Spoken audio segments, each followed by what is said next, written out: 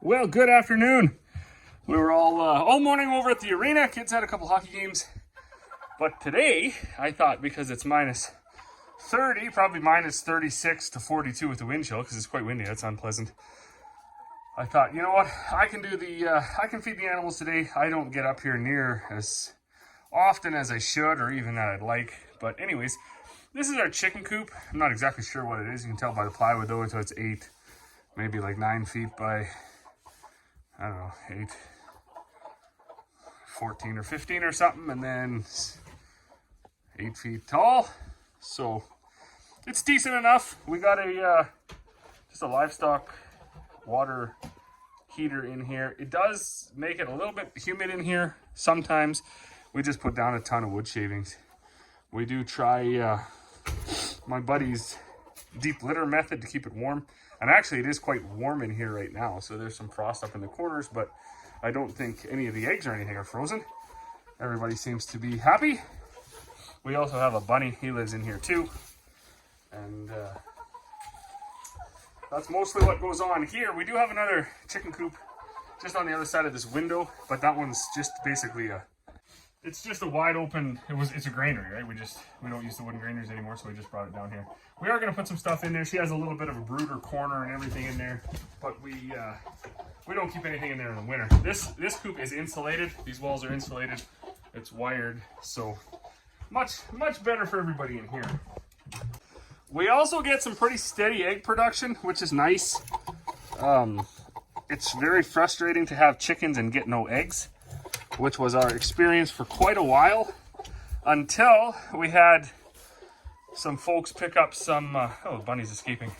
Some folks, they picked up some feed, and anyways, long story short, we made a deal. They gave us all their chickens when they went on their holiday. So we got all new chickens. They're leghorns. We had heritage breeds. They just weren't as good as these leghorns. These leghorns, they are productive. So I'm going to collect the eggs. What do we got? 1, 2, 3, 4, 5, 6, 7, 8, 9, 10, 11, 12, 13 eggs. Pretty good for today. We also have 2 goats, which I rarely ever even get up here to see. They're easy keepers, so they got their big bale of hay and then their waterer. This was where we kept the pigs, so it never freezes. I dug it in the ground. It's also low enough for them to get. So they just have a path beaten from the barn over to their waterer. I guess Dad was up here quite a bit when we were on our holiday. He had his path shoveled, made sure they were well looked after. So their water is still good and thawed out. Hey, oh, they're there, right there in the corner. I don't know if you can see them. Anyways, they're there. I'm not sure their names. Not really even sure why we have them, but that's Corey's and the kids' project. So I'm sure glad we got all this stuff tinned. It made it a whole bunch more wind resistant than the chewed through board it was. I just like the pigeons very much, but we got so much feed around here that they hang out quite a bit. The steers over here, we picked up these 5 from some good friends of ours that are like very top shelf livestock producers. They're big into the Wagyu cross, the full bloods, basically anything Wagyu. So these are Wagyu cross. Anybody that watches this channel knows I'm not a cowboy, never raised cows, so I don't know what they're crossed with. They did tell me, but I forgot. We are feeding them now the ration that the folks we got them from recommend, because they are able to marble that Wagyu meat like a lot more similar to that to what you see on social media when they're showing you that Japanese Wagyu and stuff with that like super marbled meat. These folks they're getting pretty close to that. They sent me a picture of some steaks they had done a couple weeks ago, and it looked really impressive. And then in the back, I don't know, you can't really see, they're laying down. There's 2 emus, Phil and Rosie.